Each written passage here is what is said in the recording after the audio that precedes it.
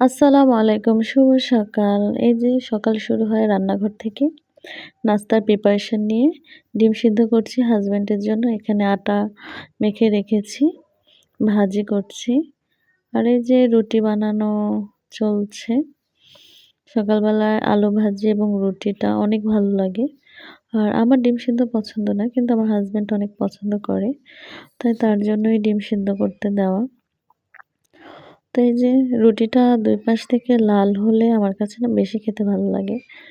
আর অনেকে দেখা যায় কি মানে দাগ-আলা রুটি খেতে চায় না। কিন্তু আমার একদম এই যে ভাজার পরে চুলা থেকে নামানোর পরেই সাথে এই রুটিগুলো খেতে ভাল লাগে।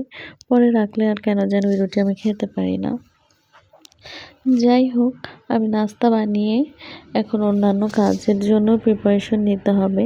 সকালবেলা প্রতিটা মেয়েরই রান্নাঘরে কাজ থাকে সকালে নাস্তা তৈরি করা। এই যে সবকিছু কমপ্লিট করে খেতে বসেছি।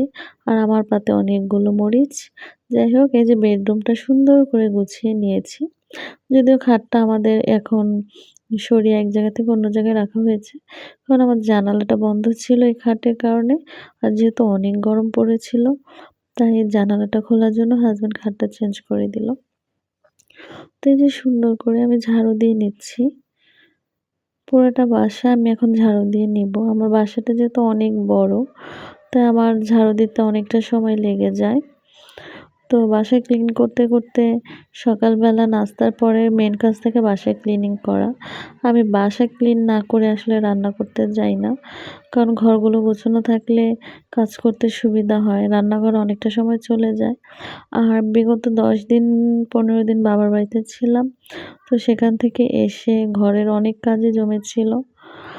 হেল্পিং হ্যান্ড করে রেখেছিল, তারপরেও নিজের সংসারের কাজটা নিজের করতে হয়। যাই হোক, তো অনেক ধুলাবালি ছিল। ফার্নিচারগুলো ক্লিন করে সুন্দর করে এখন এই যে ঘরটা ঝাড়ু দিয়ে নিলাম। আর ঘর ঝাড়ু দেওয়ার পরে দেখুন কি সুন্দর লাগছে ঘরটা। আর ঘর পরিষ্কার হয়ে গেলে মনে হয় কি জানেন? অর্ধেক ঝামেলাই দিনে শেষ হয়ে যায়। প্রতিটা মেয়ের এরকম হয়। এই যে আমার ঘরটা বেডরুমটা একদম ক্লিন করে নিয়েছি। এখন হেল্পিং হ্যান্ড এসে শুধু মুছে দিয়ে যাবে। আমি ঝাড়ু-টাড়ু দিয়ে রাখি, সে এসে মুছে দিয়ে যাবে। দেন পাশের বেডরুমে গেলাম। আর আজকে এত সুন্দর বাতাস হচ্ছিল চারদিকে যে আপনার বিছানার চাদরটা ঠিকভাবে রাখাই যাচ্ছিল না। আর আমার এই রুমটার মধ্যে আসলে ঘুমানো হয় না। কেউ আসলে তারা ঘুমায়। কিন্তু আমি দেখা গেছে দিনের বেলাও এই রুমে শুই না। কিন্তু এই রুমটাতে কিন্তু অনেক বেশি শান্তি। আর রোদের তাপটা যেহেতু লাগে না, দুই পাশেই বারান্দা। কিন্তু আমি এই রুমে কেন জানি শুতে পারি না। আমি আমার বেডরুম ছাড়া শুতেই পারি না। দেন আমি সবকিছু কমপ্লিট করে রান্না করতে চলে গেলাম। এখানে আমি শুটকি রান্না করছি, বেগুন, আলু এবং ডাঁটা দিয়ে। আমার কাছে শুটকি বলতেই খুব ভাল লাগে।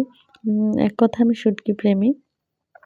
আর এই যে এখানে মাছ ভুনা করব, তাই শোল মাছ কুটে রেখেছি। আর এখানে পেঁয়াজ, আর এখানে যে টমেটোর টক।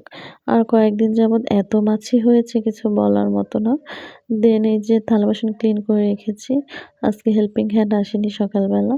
তারপরে যে ডিম ভুনা করে নিলাম, এর মধ্যে কারেন্ট চলে গেছে। তাই কারেন্টের চলে আর রান্নাটা হলো না। তারপরে যে এখানে ডাল বসিয়েছিলাম, ডাল রান্নাও হয়ে গেছে। টমেটো দিয়ে ডাল কিন্তু খুব ভালোই লাগে, তাই না? তারপর খাওয়া-দাওয়া করে গোসল-টোসল করে রেস্ট নিচ্ছিলাম।